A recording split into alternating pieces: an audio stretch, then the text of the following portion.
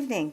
Welcome to the February 3rd, 2025 meeting of the Parks and Recreation Commission meeting. At this time, I would like to welcome our new members, Jason Blessinger, Kevin Hernandez, and Olive Bailey. Would each of you like to tell us a little bit about yourselves? And we'll start with Jason. All right. My name is Jason Blessinger. I've been a resident at Roseville for the last 10 years. I currently teach at Sac State in the Recreation, Parks and Tourism Department. I'm really happy to be here. Wonderful. Kevin? My name's Kevin Hernandez, and I have lived in Roseville 20 years this year, actually. And I'm the current marketing director at Denios Farmers Market and Swap Meet. And Olive. Hi, I'm Olive Bailey. I'm currently a sophomore at West Park High School, and I've lived in Roseville all my life, and I'm super excited to be here. Welcome to all three of you. Will the staff secretary call the roll, please? Nick Alexander. Here. Olive Bailey. Here. Jason Blessinger. Here. Renee Borowiak. Here. Kevin Hernandez. Here. Sandra Pollock-Cushing. Here. Regina Sojek. Here. And Jeff Short. Here. Okay, so we're going to do the Pledge of Allegiance. Commissioner Pollock-Cushing, would you lead us in the Pledge of Allegiance? Of course. Allegiance to the flag of the United States of America and to the republic for which it stands, one nation, under God, indivisible, with liberty and justice for all.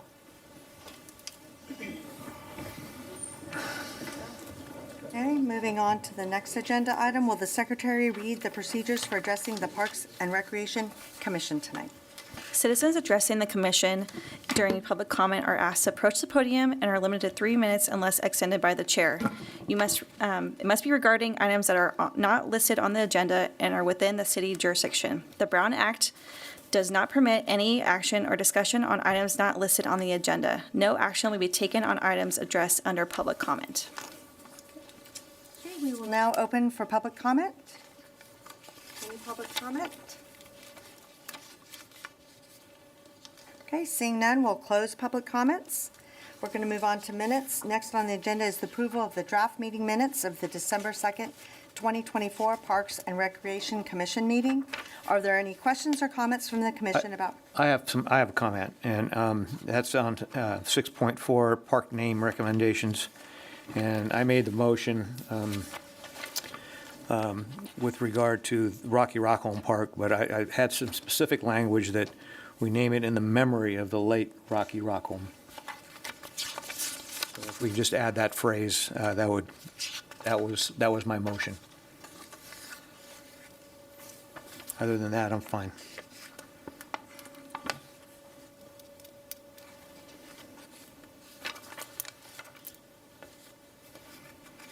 Yeah.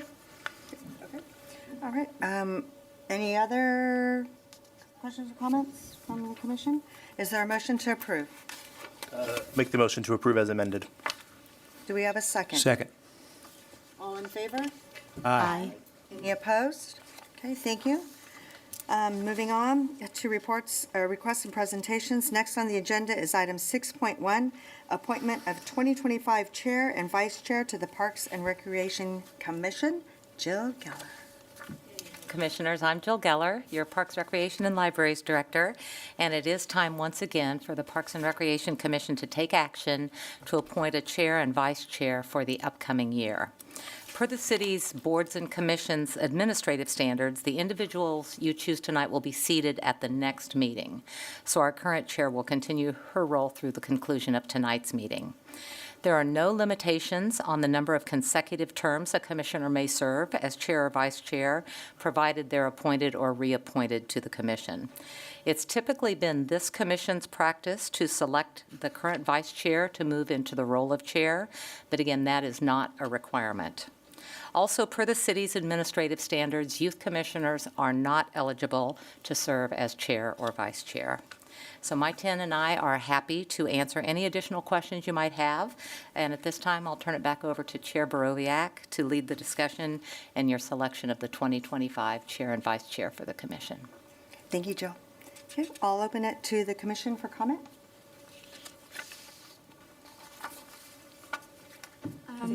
I wouldn't mind being considered for vice chair. I was just reappointed for a 2-year term, so that would allow me to potentially chair for my, last year for the final year of my commission. Well, as the vice chair, if it's the commission's pleasure, I would be happy to be the chair if it's up to, again, it's up to the commission. I was trying to find out who was vice chair, so.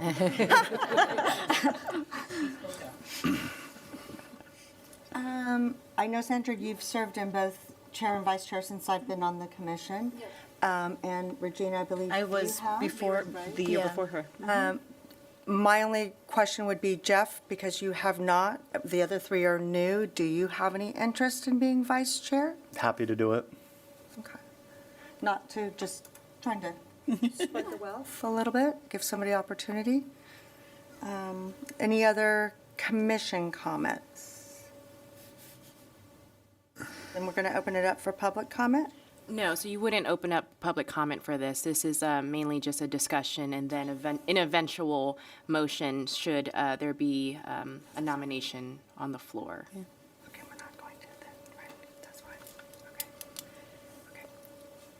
Okay. Okay, so do we have a motion to, Well, so currently there are 2 individuals who have expressed interest in becoming a vice chair, so other folks can chime in, or there could be a 3rd nomination, and then, or you can eventually take a motion. Well, there needs to be kind of a direction one way or the other between 2 Formal potential motion? candidates. Yeah. formal motions? Okay. Do we do them individually? Well, there. The chair and vice chair? Yes, you'll do them individual. Well, you can do them together, but it's cleaner to do it individually. But as to the vice chair, there are currently 2 Correct, yeah. interested individuals, and so we have to kind of decide. No, I there. was talking about chair, vice chair, yeah. Okay. I'll move to nominate Nick Alexander for chair. Thank you. Okay, I would second that motion. I can second, correct? Okay, I would second that motion. I accept. So Vote on that? then we are going to take a vote. All in favor for Commissioner Alexander to be our new chair? Say aye. Aye. Any opposed? I Abstain? abstain, yeah. Okay, thank you. Thank you. All right, so we have our new commissioner, our new chairperson. Does anybody want to make a motion for vice chair? Well, Jeff, you have another term after, right? So that Well, was my- remember, this body Right. ceases to exist after next year, so. Yeah. You know, Chair, if I may, I would like to nominate Jeff Short as vice chair. Okay. Do we have a second? I'll second. Thank you. Okay, we have a first and a second for Commissioner Short for vice chair.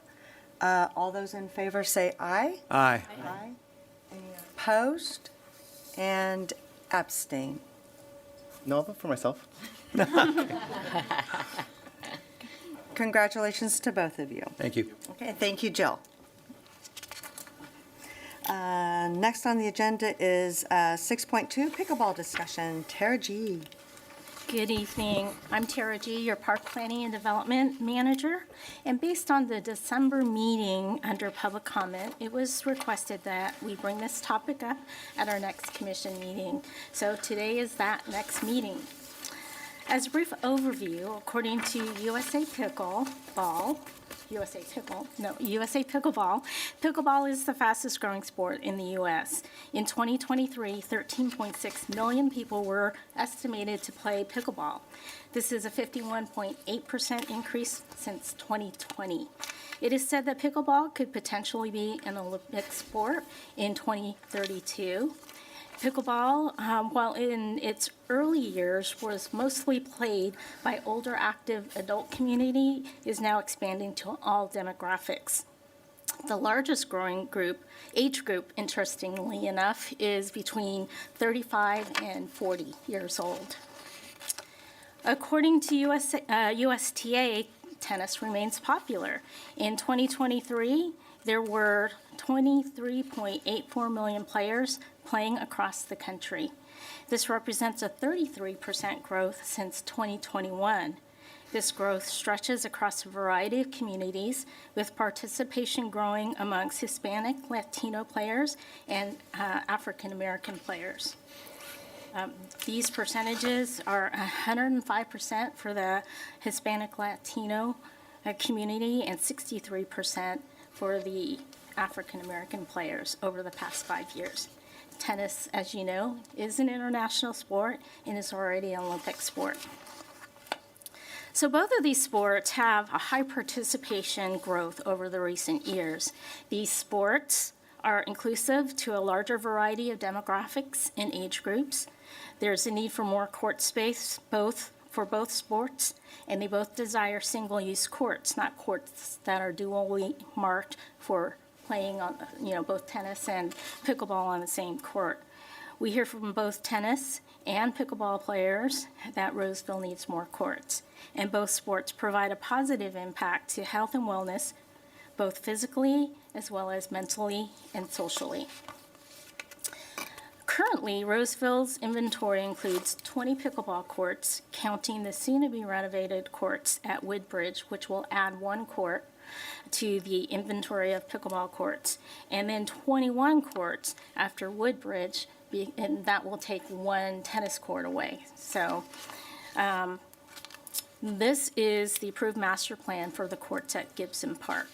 The dark green box outlined in red is our first phase of the park, which, as you know, includes 9 pickleball courts. The smaller green box indicates 3 additional pickleball courts to be constructed in a future phase. The 2 blue boxes indicate future tennis for a total of 10 courts, and the lighter gray box indicates basketball courts, with the darker gray indicating the parking lot. As you can see, we have a long way to go in completing this park. As with all citywide parks, these are built in phases and as funding allows. We recognize that Gibson has more of a demand on pickleball, and that within the city we're seeing a higher number of pickleball players than tennis at our public courts at the moment. At any point in time, this can change. As of now, it is unknown when we will have sufficient funds to build the second phase and which type of courts this phase will include. This is a good discussion and one that we will continue to have. When we are able to secure funding for a second phase, we will evaluate which sports trends and popularity are present at the time the phase can move forward. The projection for Phase 2, just so you have a sense of the dollars that are involved with it, we just finished Phase 1, and that was over $5 million. We would seek to have a second phase with the same amount, but we need to consider that 2 or 3 years from now, maybe even 5, cost of construction goes up. So it will take a lot more than $5 million to build a second phase. Depending on the economy, this will make the projections a little bit out there. And so we will continue to monitor both the trends, who's playing what at the time we're ready to build. And because of that, and because we don't have the funding currently to build a second phase, we'll continue to monitor the trends of both pickleball and tennis and make a decision when funding allows.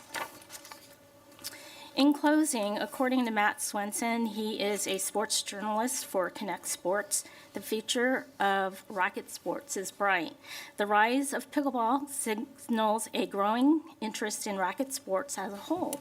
More than threatening the dominance of tennis or other racket sports, it appears to be encouraging more participating and creating a broader community for racket sports enthusiasts.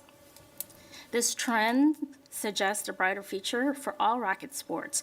As the public interest continues to diversify, sports clubs and organizations can seize the opportunity to cross-promote and introduce newcomers to a variety of games. The surge of pickleball popularity is not a competition, but is a chance to expand the love of racket sports to more people. So again, this is an information item. There's no action being sought tonight from the commission. And this concludes my presentation. I'm happy to answer any questions that you might have. Thank you. We'll open it to the commission for comment. I've got some. Just out of curiosity, because I know we've converted tennis courts to pickleball in the past, what's the cost difference between a kind of creating a pickleball court from scratch versus converting an existing tennis court? And kind of along with that is there any demographic areas within the city that does not have pickleball courts at the moment? And would that be something to be considered? Well, I'll answer the last question first. that's fine. Is we do try to spread out the pickleball courts throughout geographically. We've got some in Crab Park on the east, and we've got some at Rikuchi Park on the west, and everything in between. So we do, because we can't be all things to all people, we try to provide access geographically so people have the opportunity. Fortunately, Gibson Park is right in the center of the city, so that made it a good location to have, a complex like we have in the Gibson Park site. So far as cost to convert, right now we're working on Woodbridge Park, which has 2 tennis courts and a couple of pickleball overlays. To convert that, it's going to cost us about $350,000 to create 2 courts out of 1 tennis court space and maintain another tennis court. One of the things we try to do with everything is to find balance. Where, if you invest too much here and not enough there, you do have great swings in trends and who plays what. So we're very mindful to maintain that balance and access throughout the city. Can I ask one follow-up? Is there any funding differences depending on the location? Because some parks are funded differently than others. Yeah, Does that change how they're funded if you were trying to add a pickleball somewhere? Funding is really dependent on the area. So for neighborhood parks, we do have pickleball in some of the neighborhood parks, but we do need to be mindful of that because it's loud. And in a neighborhood park, there are definitely residents living right next to the park. So while we do have a couple of pickleball courts within neighborhood parks, they're selected very carefully. For example, Rikuchi doesn't have a lot of neighbors sharing the same property line. The back of it opens up to or connects up to open space. So, it made that a great opportunity. Funding is very different. Right now, I will tell you, I'll be very honest, neighborhood park development right now is struggling. We set these prices or our fees to support development, and we'll be lucky to develop 2 to 3 acres of a 6-acre site. So pickleball from scratch is much more expensive than $350. Again, we built 9 for over $5 million. That being said, we put lights in. The parking lot luckily was there. Pickleball, you need a restroom. Restrooms are typically not built in neighborhood parks, and so the neighborhood park fund is probably not the best funding source for pickleball. Now, Central Park, Crab Park, they're all citywide parks. And the courts at Gibson is also a citywide park. Funding is different there as well. West Roseville has their own citywide park fund, cannot use that outside of West Roseville. Sierra Vista has its own citywide park fund, cannot use that outside of Sierra Vista. So that leaves what we call general citywide park funds, and those are, it's taking longer to build those up because we've spent the money on, Crab Park, Central Park, Maidu Park, Mahaney Park, and again, those all were built over the process of 10, 20 years in several phases. So it takes longer to build up a citywide park fund than it does a neighborhood park. That was going to be my follow-up question. Is this a citywide park or is it a North Central Park? So I guess it's a citywide park. It is, And it would be funded by the citywide park fee, correct? Yes. Okay. And you said the cash flow on that is? It's coming in, Yeah. not as quickly as like West Roseville or Sierra Vista who are developing right now. Because if you think about anything east of Fitiment is, a lot of it's already built. So there's little pockets of areas that still have some, but it's, most of the city, again, east of Fitiment has been constructed with residential units already. And it's residential units that support the citywide park development fund. So and again, I'm not sure how many units are remaining in the North Central plan, citywide park units, but that'd be an interesting question. Yeah, I know that the neighborhood park fund's not growing in North Central, so my connection there is that in North Central, it's mostly built out. Yeah. That's all I have.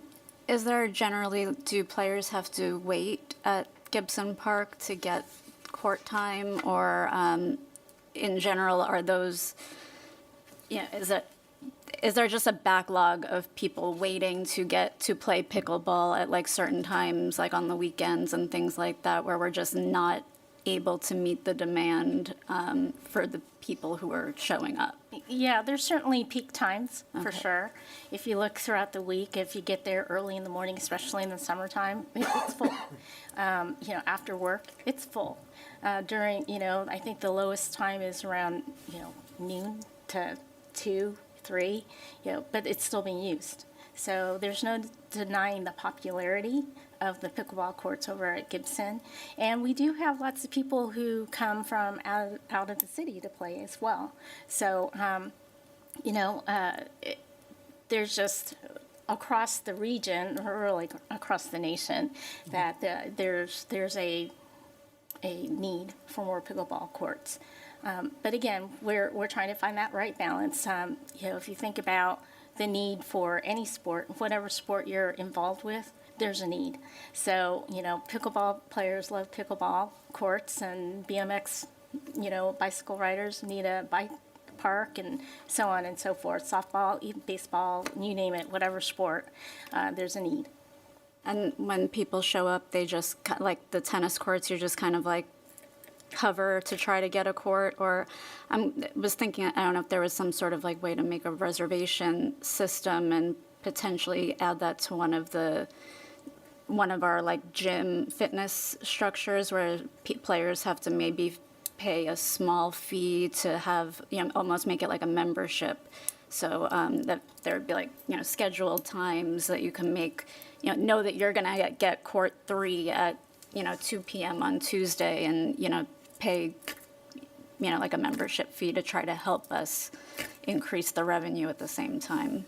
Yeah, it's always difficult on the programming side. One of the reasons why we know the trends is because we wanted to look into reservation times, but we didn't want to do reservations when everybody's there playing. It's a challenge, and in the middle of the day, while some people can play, again, when I mentioned the demographics, it's after work or before work time that is really the popular. Now, again, it's not to say that during the day people aren't using the courts. They absolutely are.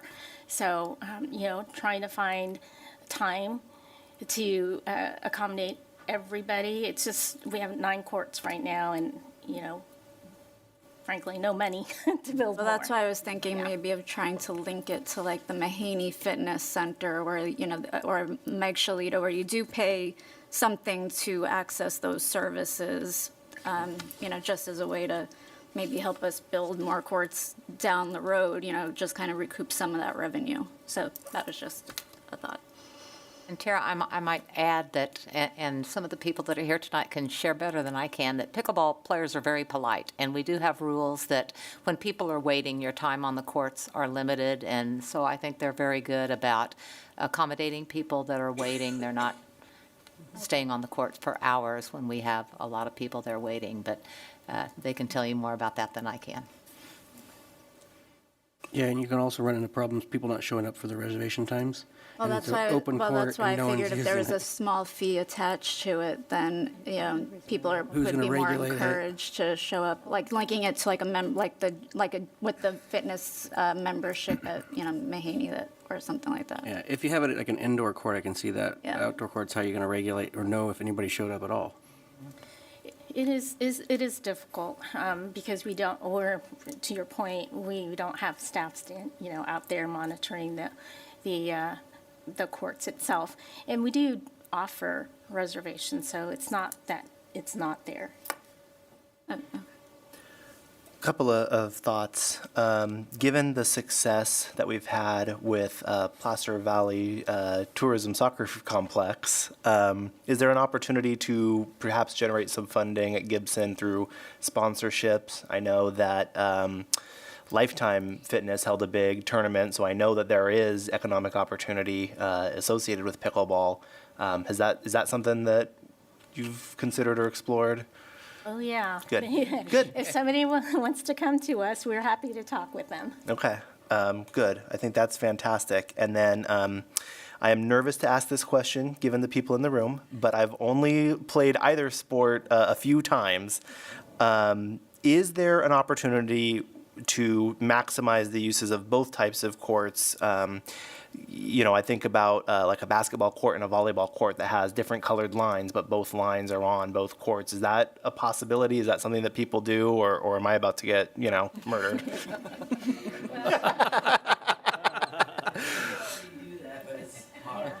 I will share with you the challenges of sharing a court space.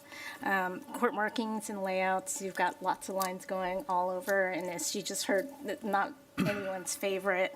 The net heights are different. So to be able to play like one pickleball on top of a tennis overlay, you've got to cinch down the net. Got it. People do it, but it puts a lot of wear and tear on the equipment. The surface wear and tear for both, it's going to wear out more because of that dual use. And keep in mind, pickleball is very social.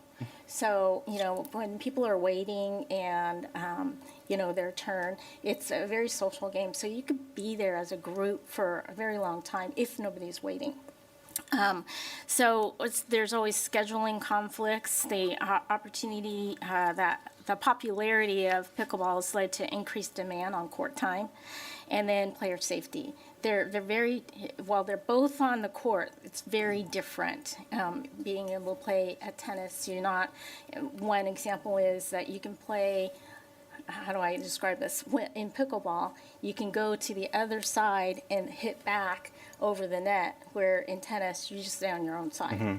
So it's just very different, even though appearance-wise, it's more. Now, I know some of these folks will elaborate or can elaborate more. I just know because I have a pickleball husband at home.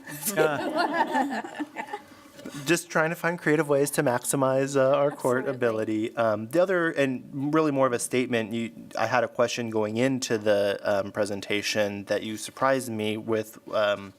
I was going to ask about whether or not pickleball was kind of cannibalizing the tennis audience, but it sounds like the cross-promotion is actually growing both sports, which is, I don't know, I found that surprising and notable and positive, so. Yeah, a lot of tennis players are now playing pickleball. Makes sense. A lot of people who never played racket sports are playing pickleball. So there's a good mix of both. But it sounds like from the presentation that, they're playing pickleball and kind of getting the taste for racket sports and also trying out tennis now as well. So that's There's awesome. definitely a cross-pollination of racket sports. Very cool. Thank you. Any other commissioner comments? Okay. Okay, we will open it up to public comment.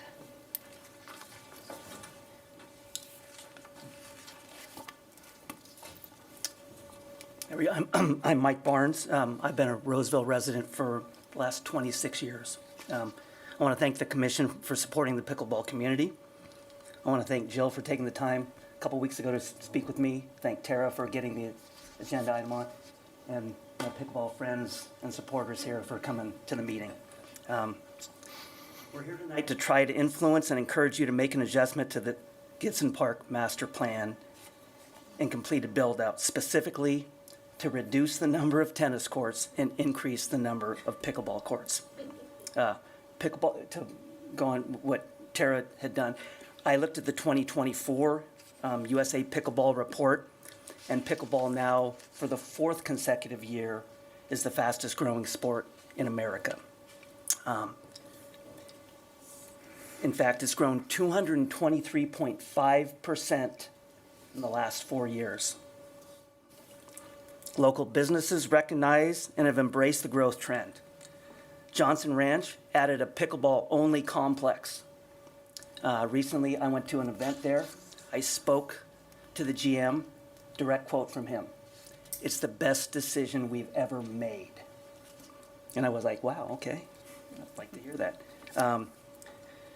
Lifetime has eliminated some of their tennis courts and replaced them with pickleball courts.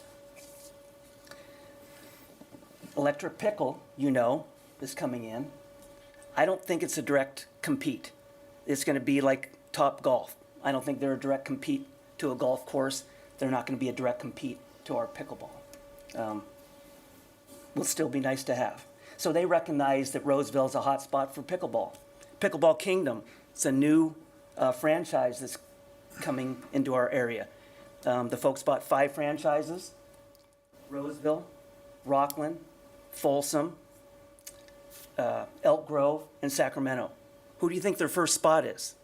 Yeah, Roseville is targeted as they want to build their first spot here in Roseville. That's going to be an outdoor facility, outdoor texture, if you will, but climate control. So it'll be like it's a membership gym. YBA, they've added pickleball. They have 8 courts on their non-use hours because they saw a need for it. They're charging $50 a month, $45 a month. They're doing that. And of course, your own Mahaney Fitness Center has increased now their indoor days to 3 days per week. So there is a need. I think Tara said there is, but I'm just going to reinforce that there really is. Here's some numbers: 53, 0, 40, 2, 38, 0, 80, 6, 46, 2. So first number, that's Gibson, our largest pickleball facility. The second number, that's Mahaney, our largest tennis facility. I have a couple other numbers: 60 and 30 and 55 and 20. The 60 and 30, that was in a daytime. The 30 were high school students. So I don't know that they wouldn't be going to Gibson because it's Wood Creek High School. The 55-20, there's a community of tennis players that play there regularly. We had 55 at the same time that they had 20 on an evening. I know you guys can use geofencing to review it and see how much there is there. Okay. I spoke to a member of that Mahaney tennis group today by chance, and I think they're the largest tennis community in Roseville. And I asked him, I said, I told him how many courts. First he said, no, that's way too many. I'm like, okay, what do you think? He goes, 6. I'm like, okay. That was just his number. I asked him, I said, are you guys going to come move over there because it's going to be the happening place? He said, we're unlikely to move from Mahaney. They like their spot. That group, the largest tennis group that I know of using the facilities, don't plan on moving their location. That doesn't mean that they won't, but he's also a tennis coach. He said he's now gone to pickleball coaching because he can't find any tennis students. So anyway, these are your active tennis court users. I hope that gives you a little bit of pause to rethink what we're doing out at Gibson. Sounds like that's a possibility anyway, with what you said, that as the time comes that you're going to reevaluate it. I'm curious whether there's really compelling data that supports 10 tennis courts at Gibson. I wasn't around, I guess, for any of the meetings to understand what went into it, but I'd like to understand what that is. I hope the thought isn't that by building 10 tennis courts that we're going to revive tennis. And what I got from USTA was They increased 1% last year. Their 33% over 4 years makes sense, and they had 7%, but they had 1% growth last year. Okay. There were 2 professional pickleball events held last year in Roseville. There's already one scheduled this year. Building out Gibson to 18 pickleball courts opens the door to do something that I think you'd like to do, and that would be to host the Special Olympics here. It's the Northern California Special Olympics pickleball. We could also do primetime reservation without impacting. I know- Sir? Oh, We're over your 5 minutes. I'm good. Thank you. Thank you. Thank you for your time. Okay.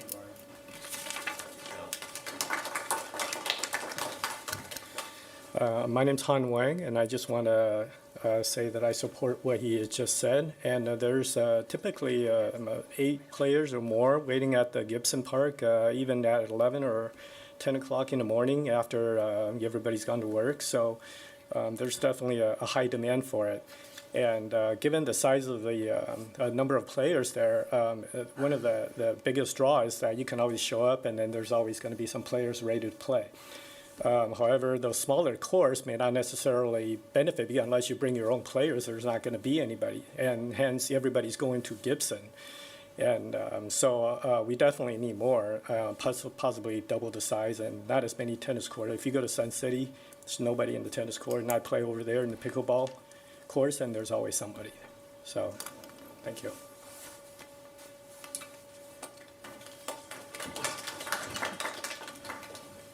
Hello, my name's Roger. I play pickleball, of course. I used to be a tennis player. I'm 72 years old now. Pickleball is for seniors. I kid you not. Look at the crowd. We're 40 plus. The point of pickleball, it is not as strenuous as tennis. I can play it without killing myself. Tennis, I'd have to run all over the place. It's twice as big. It's just not for seniors anymore. And of course, the senior population is probably one of our largest group of people in America. As well as I have a tennis court at the back. I've converted half of my tennis court to 2 pickleballs. So in other words, one tennis court can produce 4 pickleball courts for the same price, I'm assuming, because same surface, you're just drawing more lines, not expensive. Same, concrete, pouring, or even asphalt. So pickleball can be produced, I guess, 4 to 1. And that's all what else can I bring up?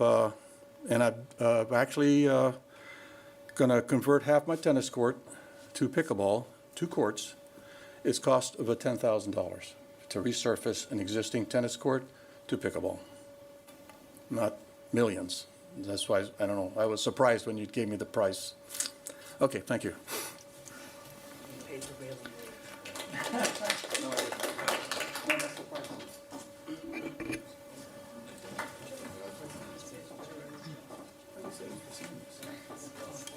Hey, my name's John Vick. I'm a pickleball junkie, much like what this crew is. And it's super cool that you guys are here and actually putting this on the agenda for today. It was really kind of interesting to sit here and listen to what people thought of pickleball if you're not a pickleball junkie like us, because this is kind of how we live our lives. Like, I bet you a show of hands, how many of you play at least 4 times a week? When I say 4 times a week, would you say at least 2.5 hours 4 times a week? Any of you play twice a day? Okay, so this is not just like occasional, like, show up and play tennis once a week kind of thing. Can you show up at Gibson and play with anybody anytime? Is there always people there? Is there always, I'm sorry, I'm not allowed to ask you guys questions, so I'm asking these guys. If you guys go between 9 and noon and 5 at 10 at night, is the place absolutely packed and you have to wait every single time? Yes. Every single time. Well, if you were to go at 7 o'clock at night, is it reasonable that you would wait, say, 20, 25 minutes to play a game? Yes. We all take turns. It's just a simple rotation. You come up, you get at the end. You play about 15 minutes, and then you wait another 20, 25 minutes to go back, right? So that's pretty reasonable, right? I know I'm running out of time, but my family and I'd love to go down there with my wife and kids in the evening after work, but it's just not feasible to go down there with a family of 4 if my kids are going to go, wait, I'm going to go there for an hour and a half and play 3 quick games? Like, that's just not feasible. But I think that the couple points that you're missing here, and I think Jeff alluded, huge difference between pickleball and tennis. One huge difference is barrier to entry. If you go down to Gibson, I beg you, like these statistics are super impressive. But your own eye test would go out there and go, okay, this place is packed and it's happening. You don't need the statistics about what's going around the world, around the country about pickleball. We're right here in Roseville. Go take a look at it. It's packed and people are waiting to play because it's fun and exciting, releases endorphins. And you go there and there are kids there. I mean, I've gone out there and played against like 9-year-old kids at 8 o'clock at night. It's a low barrier to entry. I bet you went out and played tennis and failed 3 times and go, I haven't played tennis since high school. I'm so. never, ever going to. If you play tennis, it takes years to get good at it. But in 5 minutes, you're having fun playing pickleball. And that's kind of, and it doesn't matter if you're old or young. I mean, we're all old here, sorry guys, but there are young people there. If you go out there, I'm not kidding, in the evenings, I would say the average age is under 30 at Gibson, under 30. We are the old people that are there in the mornings. In the evenings, under 30 for sure. Lots of kids, a lot of parents bringing out their kids. I mean, those are the things that the city want to build upon. And I'm not here to cap on tennis, but as this other gentleman said, like at Rush Park, you can convert at least 3 pickleball courts for every 1 tennis court. So, I mean, if you were to go walk down and compare what's going on at Central of those tennis courts and compare and just take a 2-minute drive and walk over and compare what's going on in that same amount of space at Gibson, it's almost laughable. Because the cost of construction the difference is nil. You literally use the same surfaces, similar types of nets and that kind of thing, right? And I know we're all pickleball snobs because we play a lot. Could we play on a tennis court? Sure, but the net is much wider, so it's a completely different game. Part of pickleball is played around the outsides of the nets, which is why you really can't do that with a tennis court, right? And honestly, we don't want to go out there and disrupt the tennis ball community. We want to welcome them into the pickleball community, right?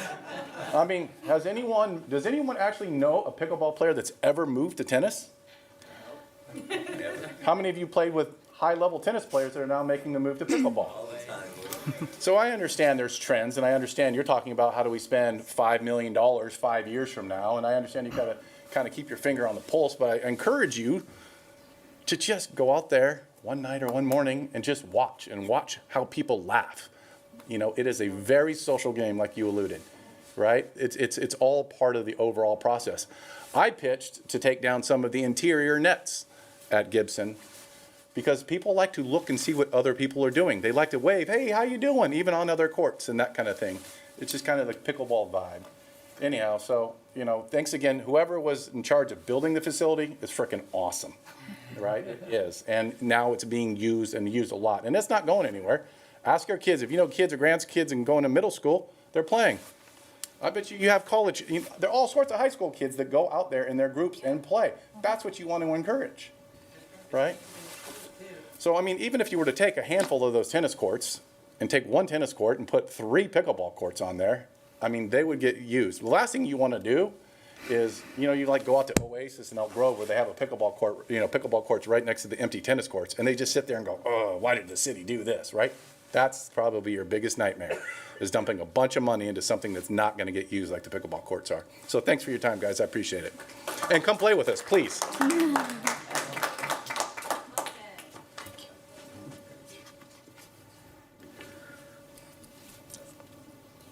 Any other public comments?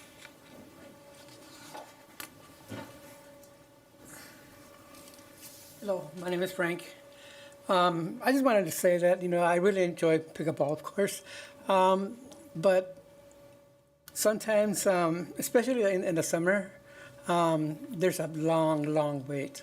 I mean, there have been occasions where, you know, when we get there, we paddle up sometimes, and there's room for maybe, you know, 20 paddles there waiting to play.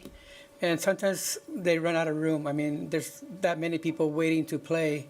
So, I mean, there's, you know, 9 courts there. I mean, with having additional courts, it's going to reduce the waiting time because, I mean, it does get pretty busy there. Like the gentleman says, you know, especially in the summertime, there's, you know, the kids go out there, play with their parents. I mean, and they're pretty good too.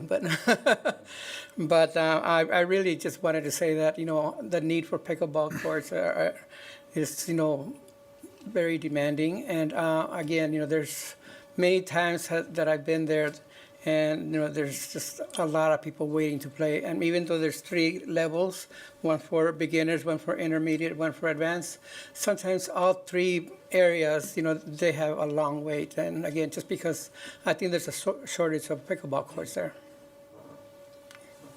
Thank you.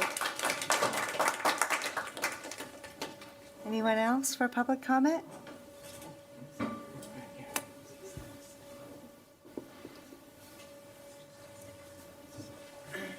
I just wanted to make sure it was clear. I know she talked about putting pickleball courts throughout the city, trying to make them even numbers, but kind of locating them throughout. And the problem with that with pickleball is it is social, and the reason that Gibson is packed is because you can show up anytime to play. I know John talked about that, but putting them all over the city, that's what Auburn did. Instead of converting tennis courts that were right there, they just added more pickleball throughout the city. But we all show up to Gibson because there's people there to play with. If I go to a little neighborhood pickleball court, I have to find people. I have to find people that are available at the time that I want to play at, the level I want to play at, that's going to hit it hard at me or not hit it hard at me.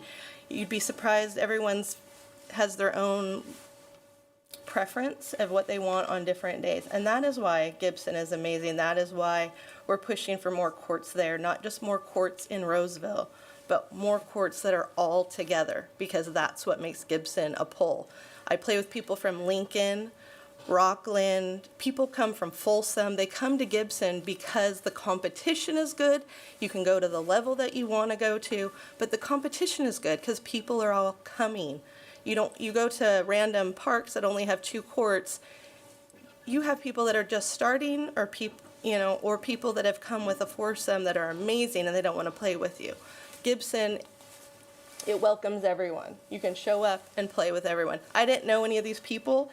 I just show up and now they recognize me. They know my name. It's been such a community. Pickleball is a community. We support each other. And and I know it helps the businesses in Roseville because people are coming from other cities, they're playing pickleball, and then they're staying to run errands. And I know it's not hurting Johnson Ranch. It helps Johnson Ranch because I can't afford Johnson Ranch. I'm a stay-at-home mom. I get my kids to school, I go play pickleball, I run my errands in Roseville, and I'm home to pick them up from school. But if I didn't have Gibson to get better, I wouldn't have time or skills or confidence to go play in the tournaments where I pay to play at tournaments at Johnson Ranch. I pay to take lessons at Johnson Ranch. I pay to do the clinics at Johnson Ranch. I can't afford to pay for a membership at Johnson Ranch. So it helps them too. Because if there wasn't Gibson, I wouldn't have the confidence to do that and I wouldn't have the interest.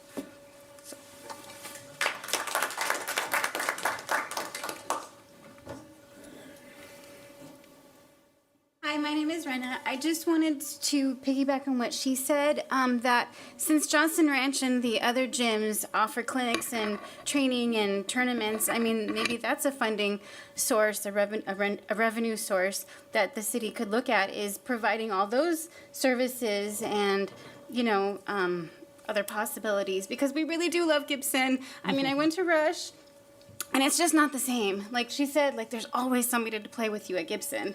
So I know that there's an app where you can find people, Playtime Scheduler, but it's still not the same when, you still have to find somebody. But at Gibson, there's always somebody there. So we just really love Gibson. So thank you.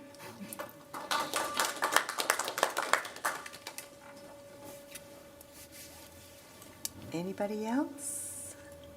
Okay. We'll close public comments. This item is informational only, and no action is required of the commission. Thank you all. Thank you, Tara. If I may, I just want to ask staff a question. Sure.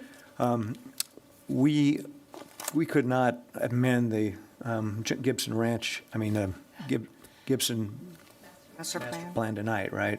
No. Yeah. It would have to be, It'd have to be a full outreach process, and frankly, I think because we don't have the funding for a second phase, we may be spending money twice to remaster plan it. So, our thought is to wait until we have the money and then re-examine it at that point in time. Well, I'm for examining it at the appropriate time. Obviously, don't want to disappoint these folks here, but I mean, the city attorney will tell us we can't amend the Gibson Ranch master plan tonight, so, but it have to come after a certain amount of analysis and study, correct? And outreach. Okay. Thank you, Tara. Okay, next on the agenda is item 6.3, Maidu Museum and Historic Site Overview. Alicia Martinez. My name is Alicia Martinez, and I am the new Senior Museum Specialist at the Maidu Museum and Historic Site.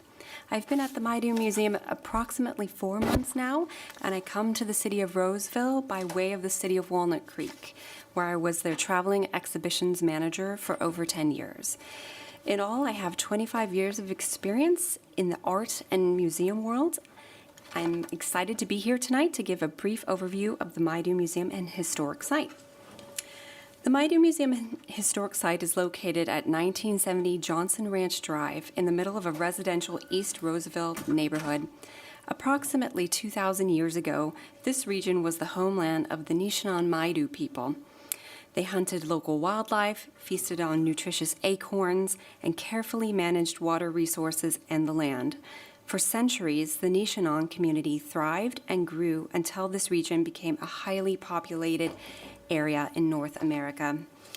In the 1800s, however, their population was decimated by upwards of 75% due to the influx of European immigrants and the introduction of various illnesses. The Gold Rush era further displaced the population, but descendants of the Nishanan and all native people, their history and culture still live on today. In the 20th century, Resident Myron Zentz recognized the importance of the historical site and urged the city to protect it. In the early 1970s, the city agreed to purchase the 30-acre site where the museum now sits, and it was placed on a National Register of Historic Places, protecting it from site development. Today, the site includes a museum, an activity center, an outdoor trail, and amphitheater. The museum is dedicated to the rich history of California's indigenous peoples, and inside you'll find permanent exhibits showcasing traditional practices like acorn processing and basket weaving. Temporary exhibitions feature the work of contemporary Native artists. The museum opened in 2010, and the adjacent Maidu Activity Center next door served as the museum's original location between 2001 and 2009. Outside, visitors can take a stroll along the trail to see hundreds of ancient bedrock mortars. We have over 500 on site, fascinating petroglyphs that are quite mysterious, and a variety of native plants and wildlife. Informational signs are posted throughout the site. The mission of the Maidu Museum and Historic Site is to protect, preserve, and interpret the cultural and natural heritage of the Maidu Historic Site and region, while providing programs, exhibits, and services that stimulate visitor involvement, enjoyment, learning, and support. In fiscal year 2024, we were visited by over 13,000 people. How do we interpret the past? The Maidu Museum works collaboratively with our Native Advisory Committee on the interpretive text used in the museum and throughout the site to ensure cultural and historical accuracy. We strive at MMHS to produce honest and respectful interpretive materials. We also consult with the Native Advisory Committee on exhibitions and programming, as their input is critical to our collective success. We offer an array of educational programming at MMHS. Our tour program is very popular amongst regional schools, particularly for 3rd and 4th grade classes as they learn about California history. In fiscal year 2024, we served over 5,200 students. Private tours for adult groups are available upon request, and we offer a drop-in family-friendly tour every Saturday at 10 a.m., which is complimentary with admission. Throughout the year, we also offer a range of hands-on workshops for youth and adults, like beading and basket making. In the summer, and occasionally in the spring, we offer several week-long day camps for kids. Our art and cultural offerings provide opportunities for Native artists and performers to showcase their work. We host craft fairs, contemporary art exhibitions, and related programs like lectures, tours, book readings, and workshops. Dancers, storytellers, and musicians are also celebrated at annual events. Throughout the year, we host several special events, including our annual plant sale, native craft fair, and Yeoman, an annual April event that celebrates the start of spring. We also offer ongoing programs like our popular evening rock art mystery tours and campfires where visitors of all ages have the chance to roast marshmallows while listening to Indigenous stories. On site, you'll also find our unique gift shop with one-of-a-kind gifts like handmade native jewelry, art, books, crafts, and more. And we provide ample volunteer opportunities, from giving tours as docents to working the land with our restoration crew. The restoration crew removes non-native plants and keeps trails safe and clear. We are currently seeking volunteers for our April 26th event, Yeoman, a celebration of spring. Interested parties may sign up on our website, roseville.ca.us/museum. And speaking of Yeoman, I invite you all to attend. The event is on Saturday, April 26th from 10 to 3 p.m. Admission is free, and we would love your support. It's a fun family event. Thank you very much, and please let me know if you have any questions.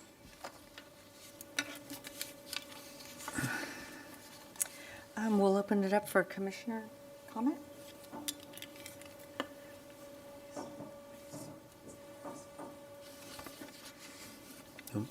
How many volunteers do you currently have? Does it change frequently or monthly or?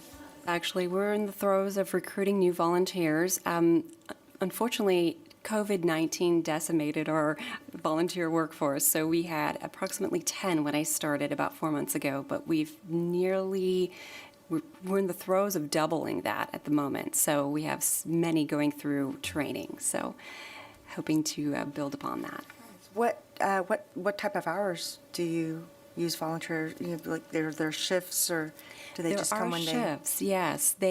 Our docents work our morning youth tours, and we give upwards of 3 a day, Monday through Friday. It's a very popular program. And docents work anywhere from a minimum of 3 hours a month on up. And the tours, are those like school kids? Yes, Oh, okay, primarily nice. 3rd and 4th grade as they're learning about California history. Nice. I have a question. Is there an age requirement for volunteers? There isn't. There is, we welcome youth volunteers with parent approval, but it does require a time commitment. Training is quite lengthy, and then, again, we require at least 3 hours a month and a year-long commitment if you'd like to be a docent. We do offer opportunities to work our special events like Yeoman, that's a one-day event, and our restoration crew works every Thursday for a couple of hours. Thank you. How do you typically market this to the region and to the community? Well, working through the city's marketing department, of course, but we also work with our Native Advisory Committee and market through the local tribes as well. Yeah. Yes. Yes, okay. We'll open it up for public comment. Any public comment? Okay. We'll close public comment. This item is informational only. No action is required of the commission. Thank you, Alicia. Next on the agenda is item 6.4, CAPRA accreditation. Jill Geller? Commissioners, again, I'm Jill Geller, your Parks, Recreation, and Libraries Director, and I wanted to share some information on a project that has been a goal for PRL for some time. And you're going to hear me say PRL a lot, so for your new commissioners, that's Parks, Recreation, and Libraries, so there will be a lot of acronyms, I'm sure, over the course of your years. But anyway, this has been a goal for PRL for some time, and actually we've been working on it for several years with a really concentrated focus over these last few months. It's called CAPRA Accreditation, and CAPRA is the Commission for Accreditation of Park and Recreation Agencies. Some of you may have accreditation in your field, so you have an understanding that it's quite a rigorous undertaking. So let me begin by sharing that there are more than 10,000 park and recreation agencies in the nation, and only 214 of those are accredited. So we would love for Roseville Parks, Recreation, and Libraries to be among that elite 2% of park and recreation agencies. There are only 5 accredited agencies in the entire state of California. So what is accreditation and why do we care? You can see from this slide that it's a process of self-assessment that helps us evaluate and ensure that we're operating efficiently and effectively. We want to provide the Roseville community with the highest level of service, and we want to follow best practices. So if we become accredited, why do we want to do that? Well, it ensures that we demonstrate, it ensures that we're meeting national standards of best practices. It improves our operations and our efficiencies. It enhances staff teamwork and pride. It creates an environment for our regular review of operations, policies, and procedures, and it promotes our continual improvement. We think our residents deserve the best here in Roseville, and so PRL is always striving for constant and continuous improvement within our department. The process of applying for accreditation, just the process of applying, has already made us better. It's helped us establish some new practices and processes and ways of doing things. So as I mentioned, accreditation is awarded by the Commission for Accreditation of Park and Recreation Agencies. You can see their logo here. And this is a branch of the National Recreation and Park Association. It is a park and recreation industry accreditation, and as you know, we are a Parks, Recreation, and Libraries department, so we were proud to use a lot of examples from our outstanding libraries and our museum, which we feel helped to even boost our self-assessment. The self-assessment is divided into 10 chapters to tell you a little bit more about the process, and for each process there are several standards. The process is such that we write a narrative for each standard describing how we meet that standard, and then we attach what's called evidence of compliance, which is additional documentation that shows how we met the standard. For example, one of the standards in Chapter 2, which is planning, is that the agency must have an approved master plan reviewed regularly and containing some financial information.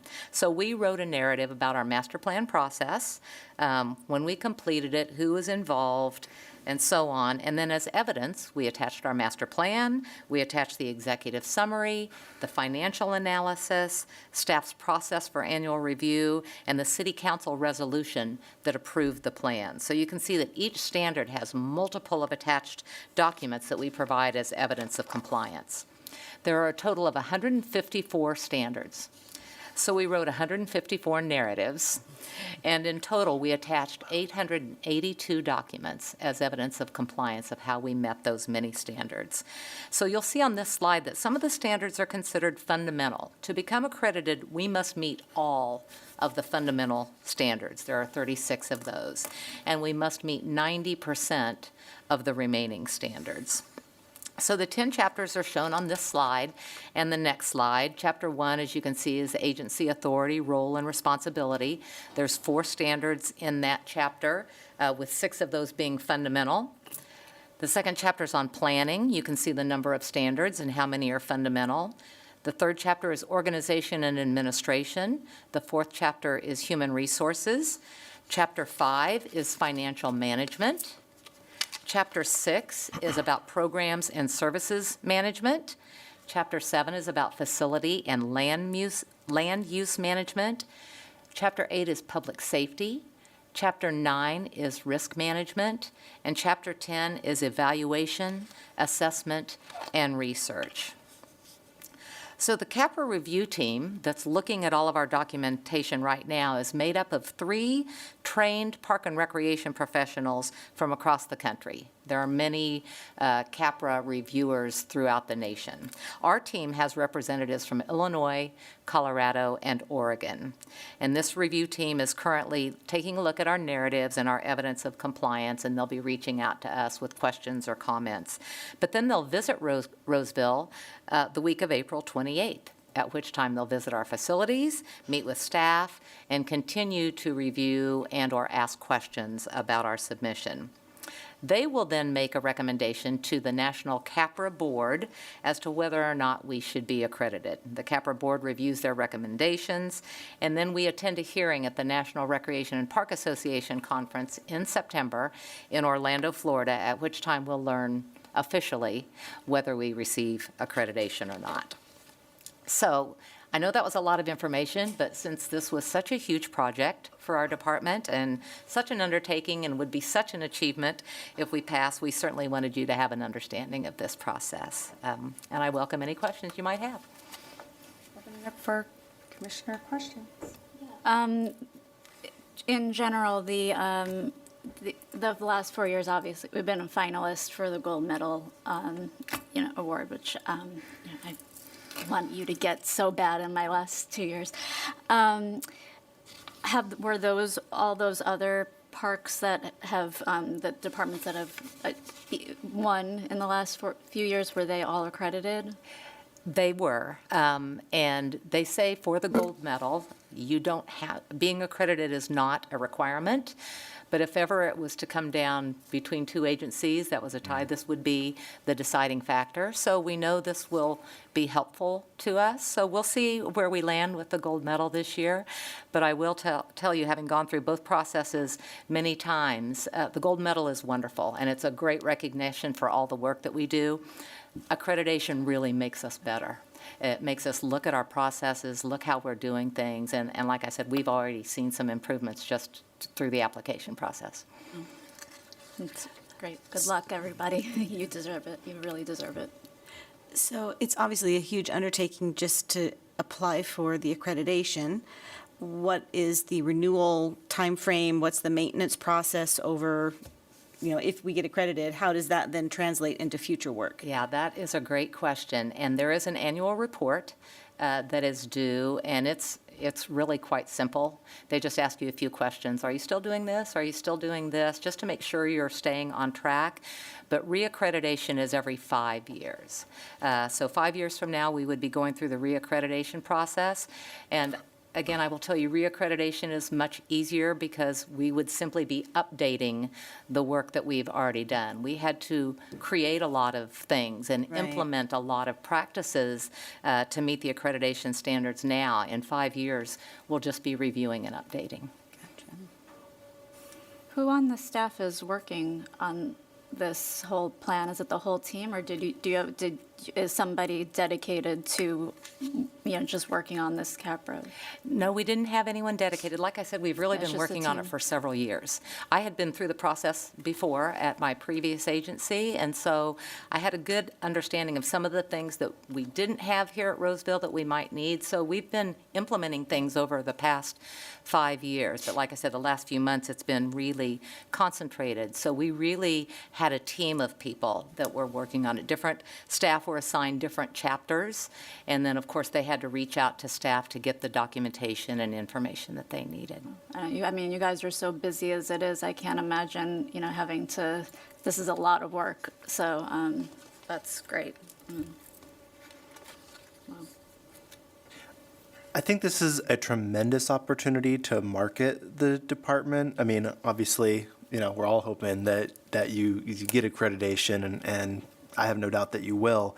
But I think this is an opportunity to kind of showcase, being in the top 2%. Look at all the things that we have here in Roseville that you might not have where, you live if you're not in Roseville. So I don't know. I just, I had some, initially I was going to ask some questions about maybe what some of the specific standards were that had to be met, and then the numbers just sort of blew me away, so I don't want to ask that anymore. But I would love to know. I have a list of all 54 if you'd you. like me to read those off. No thanks. But I would love to kind of maybe think about how we can use this as a way to, market the department, because you deserve it. Thank you. I totally agree. How many parks and rec in California are accredited? There are 5. 5, okay. And it's the San Diego County, Riverside County, Jurupa, Cosumnes, and who am I forgetting? Hopefully it will come to me before this meeting is over. The number was fine. I was just curious. Yeah. Okay. Yeah. Is Cosumnes the only other regionally Okay. Yes. And this is the first time PRL has ever applied for accreditation, right? Yes, that's correct. Do you know how many people or how many agencies in California are applying for accreditation? I am not aware of any that are going through the process right now, but I can't state that for a fact. How long will they be here the week of April 28th? So we don't have that information yet, but I'm assuming it'll be 2 or 3 days. They're not here for the entire week, and there's a lot of work to get done in a very short period of time with them, so it'll be a busy few days, especially for them. Yeah. Any other commissioner comments, questions? Okay, we'll open it up for public comment. Is there any public comment? Oh, there we go. To bring their pickleball paddles. I know you all would make a very good impression on them to show them what Roseville really is. Okay, we'll close public comments. This item is informational only and no action is required of the commission. Thank you, Jill, for your presentation. We'll all wish you much luck.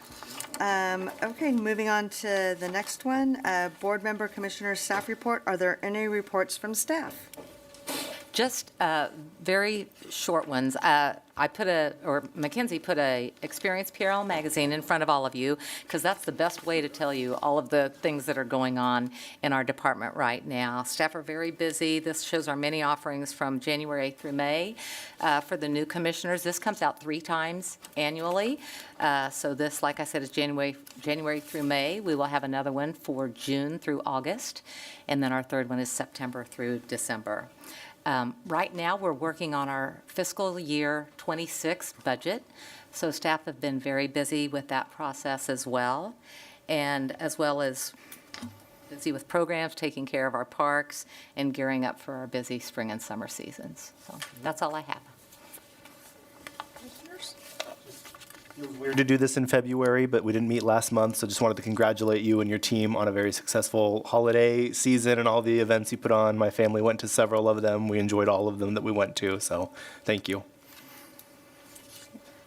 Okay. I just had a couple comments. I noticed, because I live over there, Caseberry Park, there butts up against, because I work for the school district, they're putting in a sidewalk. Yes. Is that what it is? Yeah. We haven't been able to get close enough to see what it was. What happened was when the school put up their security fencing, they cut off a section of the loop, so we're rebuilding it outside the fence. Well, as one who walks her dogs regularly through the park, when we put up the fences, it affected me walking my dog, so I thought that was fantastic.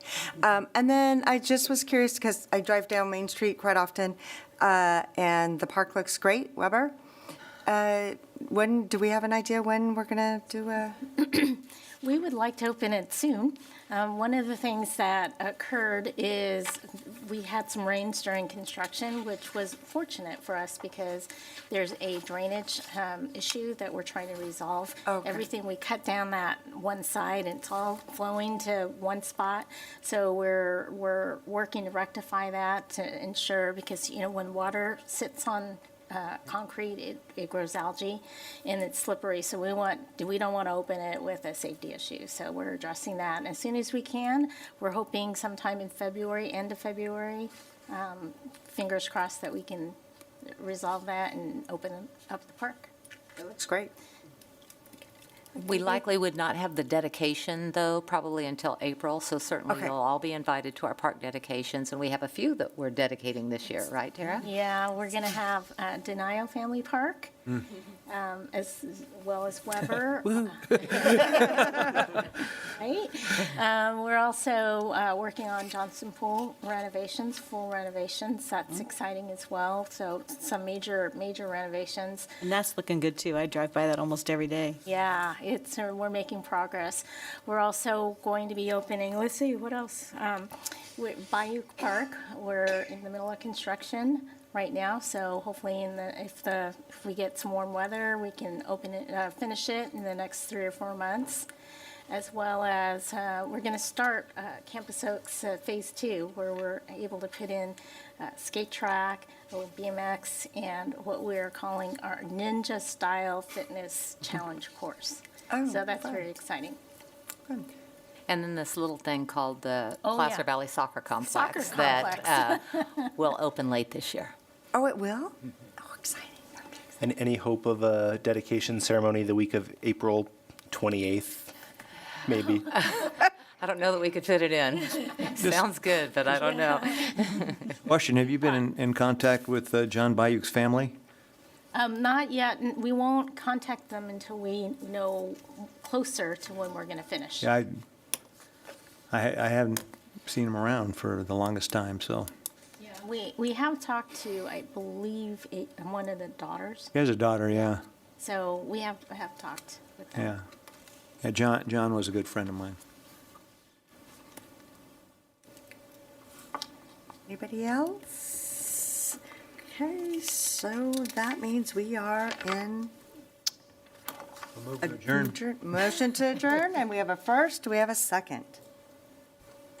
I'll second. Okay, all in favor, say aye. Aye. Any opposed?